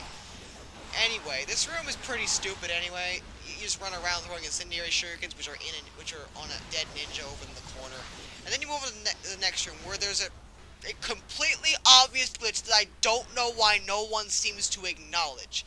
When you go into this room, you will immediately notice that at least one of the worms in this other acid room is constantly spawning out of the ground and won't stop. I don't know why this is. You can kill him, and you can actually hurt him. He can actually hurt you if you touch him. But it's really stupid to watch this thing constantly respawn, and to be honest, I don't know how they missed something this stupid, because he usually does it right in the middle of the room, and you can't really walk past it because you have to kill every enemy in this room too to progress. When you exit that acid room, you'll come to a part where you can actually run past every single fiend you meet until you reach the staircase, which will trigger a cutscene, which if you have the patch you need to skip it so the game doesn't freeze. But anyway, this cutscene will kill every enemy, so there's no point in fighting anything unless you want the items. There's actually some fairly useful items if you press the buttons along the way. There's only one button you have to press. This button will trigger another Quetzalcoatl, the boss from the last level, which you will kill almost immediately if you use the same strategy as you did when you fought the two the first time. And he's a lot easier this time because there's no stupid minions. After you kill the Quetzalcoatl, going up the staircase, as you go up it, you will be greeted by like 100 fucking ninjas, which will constantly, yeah, and that's not an exaggeration, that will constantly rush down the staircase at you. Now this is a pretty epic feeling and fun part, to be honest, because the ninjas are pretty stupid at this point. You probably know how to kill them, and especially if you're using the scythe, you'll just keep ultimate attacking up the stairs, which will pretty much own them. I mean, some of them will come around you, but then you just own them with the Y combo or raining blood or something stupid like that. But pretty much any weapon you use, you'll be able to own the ninjas. I mean, by this point, you should know how to fight ninjas. The problem with this part is this: there are too many ninjas. Because there is possible to get 30 or more ninjas on the screen at once. If you have that many ninjas on the screen, you are talking about a retarded amount of slowdown. And the problem with that is, I mean, first of all, it's obvious that it's slowdown.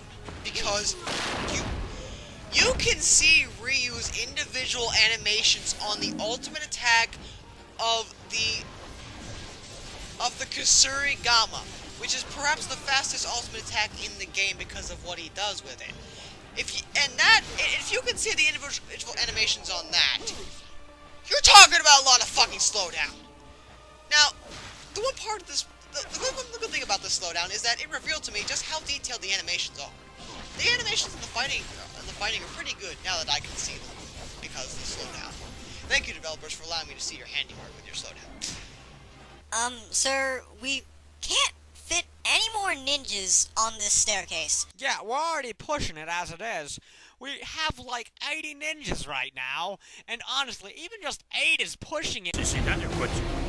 We're already seeing a ridiculous amount of lag, and if we add any more, the lag is going to be a great hindrance to the player. It must have more! Ninja. Seriously, sir. We really can't...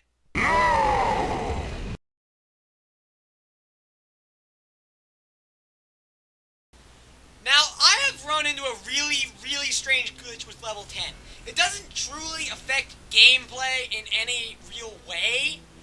It affects you watching your own videos. Now, if you make a video of level 10 in the acid room, when they fix that hatch, they also did something horribly wrong, which is called, if you are recording after you killed all of those worms, and you're just going on your level, all of the enemies in that room will respawn during the film and attack you. Now, you can't do anything to stop these enemies, because you're watching a film. Now, I don't know how you're supposed to watch your film when a worm comes out of the ground and eats you during your film where you were supposed to be fighting beetles and recording slowdown issues, which I lost that clip, by the way, due to what happened here. And make sure you look at the time as the clip starts. It says this clip is 4 minutes and 33 seconds. But this clip actually lasts about 20 seconds because enemies spawn and eat you. Now, I can't get out of the throw move, obviously, because I'm in a cinema. I can mash every button I fucking want, but the only button that'll do anything is pause, which will just pause the cinema. Next up we have, well, all the levels at this point are really annoying. But level 11 is the ninja level, as I should call it, as I think the only thing you fight the entire level are ninjas. Anyway, I hate this level a lot, actually. But luckily there are so many cheap things you can do in this level that it really isn't that hard.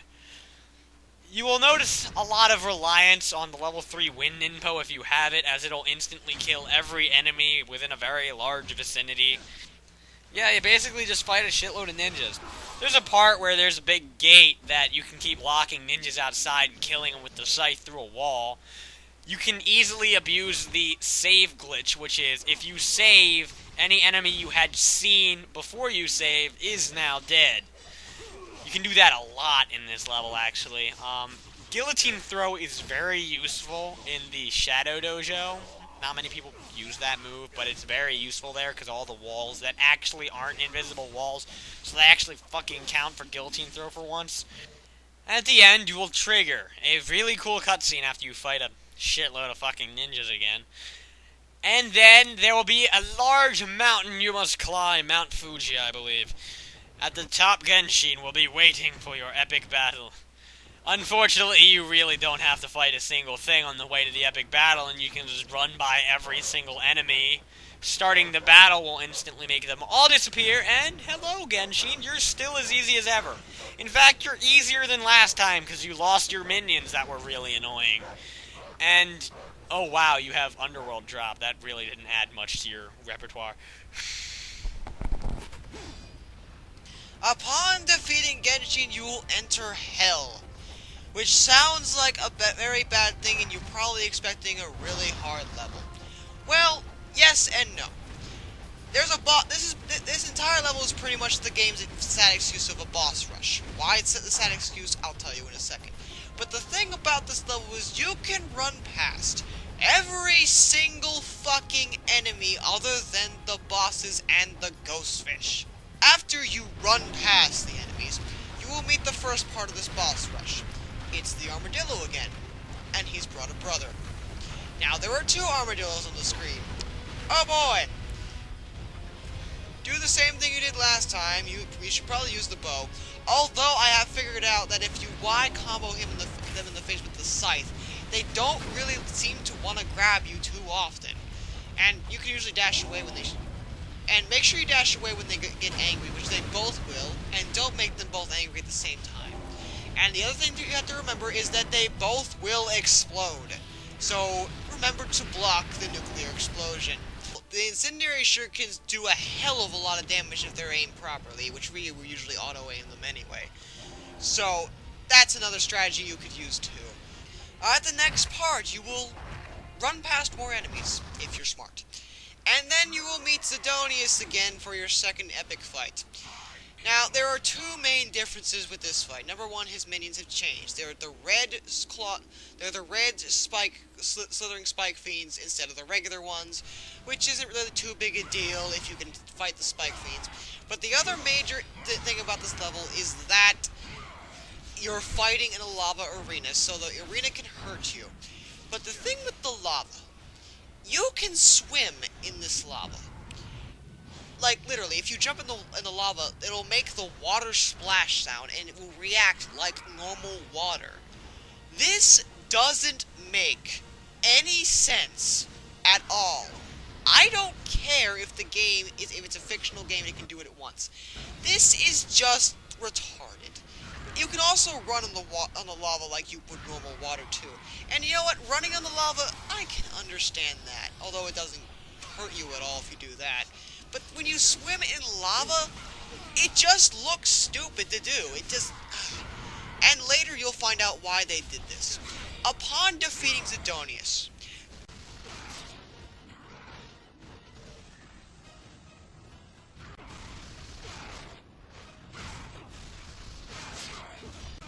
the camera will pan to a cave, and there is a save point inside it. You think, happy, I've defeated Zidonius, because you probably died to him a few times, normally because of the lava or his major spam. And you will head for that cave. And then you will explode when you run into those stupid fucking mine jellyfish, which happen to be under the lava. This is not fair, okay? I like challenging games, but this, you don't expect this. You're not expecting it. You're looking at that save point, which will heal you and let you save your game, because you have defeated Zidonius. And the other thing to mention is that if you are killed by these, you will realize that you didn't checkpoint after you defeated Zidonius. So you have to fight that bastard again. And another problem is getting rid of these mines. There are only two strategies that I have thought of. Well, Matt thought of one, and I thought of the other. That are are effective in destroying these. My strategy is to jump in the lava and then quickly shoot them with the Gatling spear gun, which should give you enough time to quickly run past them and make sure you get them all and get to your save. Matt's strategy takes a lot of time, but it's the safest way to go. Take out your bow. There is actually a ninja with arrows in him, so you don't have to worry about running out. Repeatedly shoot these with the bow until they stop fucking respawning. It's gonna take you like 3 to 5 minutes to get past these. It's the only sure way to get past them without worrying about exploding and having to fight that fucker Zidonius a second time! Or in this case, a third time! Upon exiting the cave with the save, you will enter a dark, pretty cool looking forest, I will admit. You'll meet a new enemy type here, which you can also run past, and it's probably the smarter thing to do, again. If you want points against the enemies in this forest, is that you can sight them from a range, because they have absolutely no ranged attacks at all. Or use the windmill shuriken, which is an extremely powerful weapon we've discovered. It can insta-kill a lot of things, even on the higher difficulty settings. And then you will enter a valley in a large arena-looking place where you will meet Wolf. Only this time, Wolf has decided that rather than fighting you legitimately, he's going to just want to kill you this time, and he has brought an army of centaur fiends. The centaur fiends they fight a lot like the horsemen from the first game, only they're a bit cheaper and far more aggravating, especially since you're fighting Wolf at the same time. The best strategy here is to Raining Blood, because for some reason, Wolf takes a ridiculous amount of damage from his own weapon.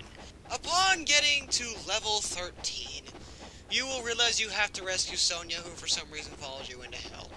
This is probably her stupidest part of the game, and by the stupidest thing she's done in the game so far. But anyway, you have to rescue her from Alexei, who has taken her as a pet, because he's creepy like that. And you basically have to go through his giant mansion. Yes, Alexei has a mansion for some reason. Also, as you're going through the level, you'll eventually run into these pods, and you have to break them to get past them. But out of the pods are going to come a sort of annoying enemy type. These are the zombie ninjas. They really fight the same way as normal ninjas would. The only real difference and the most annoying part about this enemy type is the fact that they can de-limb themselves and kamikaze you themselves. But they won't die, they'll just lose an arm from it. This is just really annoying that they can do this without you de-limbing them. But other than that, they're not too hard to deal with. And if you can fight normal ninjas, you'll probably be able to deal with these guys no problem. The other thing to note is out of the pods sometimes, the larger ones, it's gonna be obvious, comes the first boss again. Only one at a time, so you'd probably be able to beat him if you got past the part in level 10 where they kept coming at you across the bridge. And then you will fight Alexei, and his fight is actually, as far as I can tell, no different from the first time. Absolutely no difference in the way he fights or anything, as far as I can tell. His fight's alright, it's the same as the first one, so another rehashed fucking boss fight. Congratulations, you beat Alexei, you saved Sonya. Now what do you do? In the caves, you'll meet a bunch of centaurs, but again, the thing is, in the blood, there are those damn fish on steroids from level 9. But the thing about them is they will not spawn until you're about halfway across the water. So you're not expecting them to show up. But fortunately, you don't actually have to fight these ones. You can run past them and then go in the door. Or if you're really good, you can fly past them. I believe I can fly. I believe I can touch the sky. I think about it every night and day. Anyway, you will enter the door, and then you will meet Fiend Genshin. Yeah, the fourth fight with Genshin. Once again, he's pretty much not any different. He gains 2 moves, I think. He gains a Fire Teleport move and a Fire Nova move. And that's it. You can fight him the same way you always have. By this point, you can probably beat him pretty easily. And then right after you beat Genshin, Elizabeth shows up. Her fight is also no different from the first. Upon defeating Elizabeth, you will go through an interdimensional portal, where there will be a Muramasa shop for some reason. I don't know how this got here, but okay. And a save point, which is nice. And there will be a giant door, which you put all the hearts from the Greater Fiends in, and this door will open. And if you go through this door, and you still have the patch, the next cutscene is where the game ends for you. Because this is where the game freezes, and this is where you're screwed. But if you did what you have to do in deleting all the patches, you will be able to continue on to the Dagger Die fight and the Archfiend fight, which we've already talked about. So that's all we have to say. There is one other thing I do like about this game, though, and it is the cameos. Now, some people really hate cameos, but to be honest, I like them. It reminds me of better times. But there's a lot of cameos in this game. Well, you got Joe Hayabusa. Hello, Ninja Gaiden 1 on the NES, even though he's not wearing pink and he has a ponytail now. You got the demon statue from Ninja Gaiden 2, the other Ninja Gaiden 2, the one that doesn't suck as much. Anyway, you got the classic ending of the standing on a mountaintop looking at a sunrise/sunset, whatever the hell you want to imagine it being. Ninja Gaiden 1 with the Hayabusa village and the place where you can shoot the arrows into the targets to get health and ninpo and money and all that fun stuff. Long review. So now we're going to talk about the rating we're going to give the game. Now the first thing, and probably the most unimportant thing, is the graphics. And overall, I thought the graphics were really good. I say overall because there's a few minor things. The character models are really nice. Most of the environments look pretty creative. The water effects are good. The lip syncing is nice. They even gave Ryu lip syncing, which is something you wouldn't expect because he's wearing a mask. You'd think they wouldn't even bothered, but that's a nice detail they put in. But there's a couple minor issues I have with the graphics. If you look close, you can notice that some of the blood spatter can float. And sometimes you don't even have to look close. It's pretty obvious that there's blood splatter floating in the air. It's a minor issue, but it's bothersome. The other thing is that the bodies of your enemies, the limbs and other such, not only will sometimes float in the air when you kill them, but you can see them through walls, because they will phase through them. Because I guess they didn't put hit detection between the walls and the bodies. And this is a bit of an issue, I think. It's also possible to see enemies through walls without them being dead, because enemies are stupid enough to run at you when you're on the other side of a wall. But overall, the graphics aren't too bad, I think.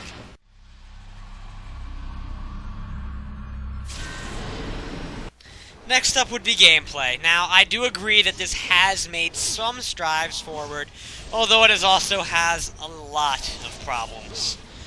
Some problems include the fact that the enemy AI has just deteriorated so much. It just feels like they weren't even trying anymore. Enemies ramming into walls, enemies glitching through walls, enemies being stuck. Numerous accounts of enemies being like Stubbsy. We got enemies jumping up and down for no reason. I don't even know what the hell was with that. There's a lot of glitches that can either freeze your game, completely ruining it, or just minor nitpicking glitches that will just anger you if they bother you too much. The gameplay is faster. That's something I like about it. I really like the higher speed, but I like the slowdown and all of the AI problems, of course. The weapons feel like they're very unbalanced, and some weapons just feel overall useless, while other weapons feel like they're mandatory to beat the game. Scythe. Anyway, to make smashing things more fun, they allowed you to target inanimate objects. This can cause you to die if you waste, say, a very precious ultimate attack on a couch. But overall, it generally won't screw you. I recommend destroying all inanimate objects before opening doors, in case you end up fighting in that room. And it still has the good old camera problem of Ninja Gaiden 1, where, hey look, I got off-screened! Hey look, I got off-screened! Hey look, I got off-screened! Whoop-de-damn fucking do. And last but not least, the bosses are very uninteresting. There's a total of 4 non-rehashed bosses, 5 if you count mini-bosses, which is very, very sad for a game, any game to be honest. The bosses are very hit or miss. They're either way too easy or way too aggravating, because they'll just sit back and spam and there's not really anything you can do about it. They're just not balanced in any real way.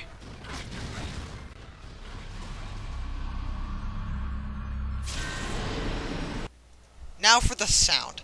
The sound of the game is actually really good. Almost all of the music tracks are good.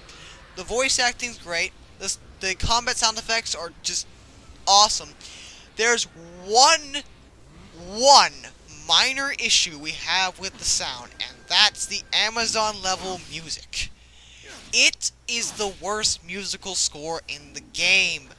It's horrible because it sounds cool at first, but as the level goes on, and this music just drones on and on and on, it just boggles your mind and just drives you nuts to have to hear this music constantly. But while it's a slight issue, it's extremely minor.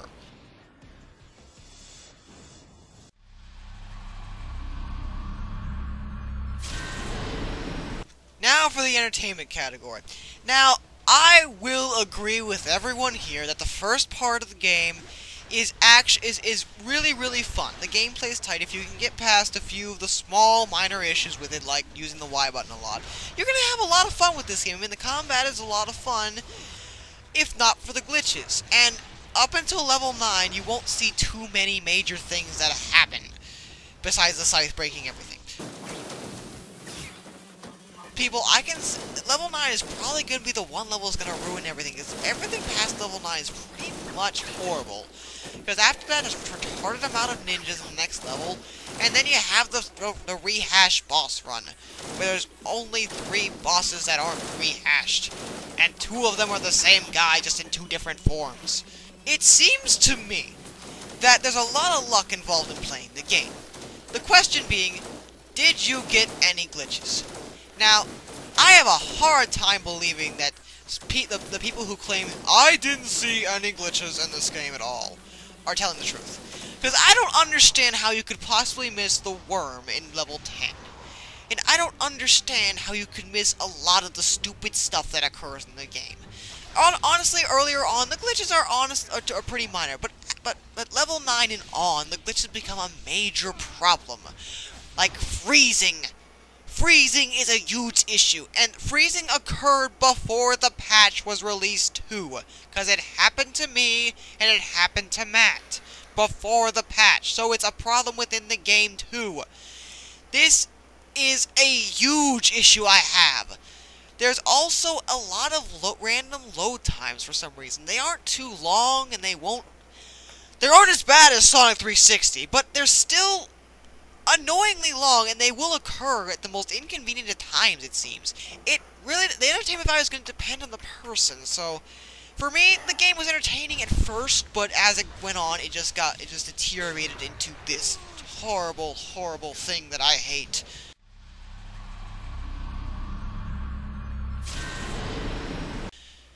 Overall,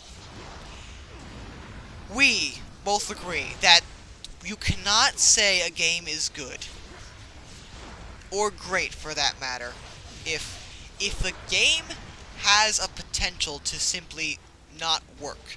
And not just because of that patch, but because of the actual game. Because the actual game freezes at random points too, and it'll happen where you have to restart the entire game.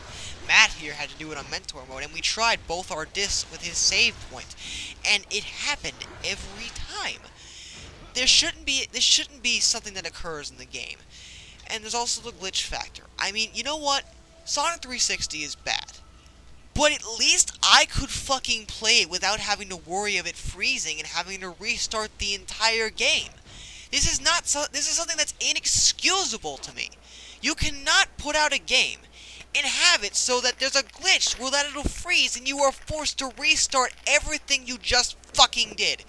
And it's even more infuriating if it happens on a later level, like that acid room glitch that we mentioned, which we don't think even happens anymore, but it happens at other points too.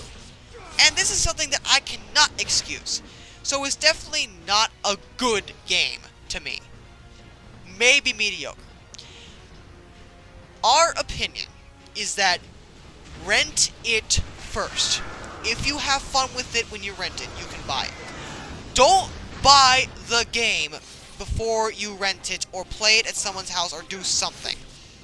And another thing here is too, when you rent it, make sure you get past level 9. If you get past level 9 and are still miraculously having fun with this game, then good for you. You can have fun with the game we hate. Enjoy yourself. We don't have problems with people who like the game. We have problems with when people who like the game bitch at us for not liking it. And I think all our points have been legitimate thus far. So, in conclusion, rent it first, get to at least level 9 and beat level 9. Past that, you might want to try to get past level 9. If you get through level 9 without getting pissed off at stupid stuff that happens with the glitches and the fish and getting annoyed, you can probably buy this game and have fun with it. But if not, I would recommend to avoid the game. At least until they fix all these problems. If Tecmo is smart, they will release a new patch that will fix the patch that causes the fucking freezing, because that's a huge issue right now. We can't even beat the game right now without disabling the fucking patch. And if they're smart, they will release a few more patches that will fix the enemy AI, that will fix freezing, period, that will fix all the other glitches that occur, like respawning worm, or whatever the hell we mentioned. This game is not done. It's like Sonic 360. It wasn't ready to be released. There are too many issues with it. And it feels like a beta. I don't know whether this game was ever beta tested past level 4. I just mean, when I play this game, I feel like a beta tester. In fact, I wouldn't be surprised if this entire game is just like a beta test to their re-release of this game. Where they're like, oh, well, these are all the problems that everyone got fucked over on, so let's just go release Ninja Gaiden 2 White. As Black was such a good success, and it made all the glitches and the original go away, let's go do the exact same thing where we make a crappy one and then we make a good one right after it. That is all we're going to have to say about the game. As I will reiterate, if you like the game, good for you. But don't get on our case for not liking it, because all our points are major issues we have with the game. And I'm sorry this review was long, but we felt we had to highlight everything. And we couldn't do it in under 10 minutes, or under 20 minutes even for 2 parts. So, I'm sorry if you were annoyed by the fact that it was long, but hey, we had to do what we had to do. So, until next time, I'm done. Have a nice fucking day. See you later, everybody.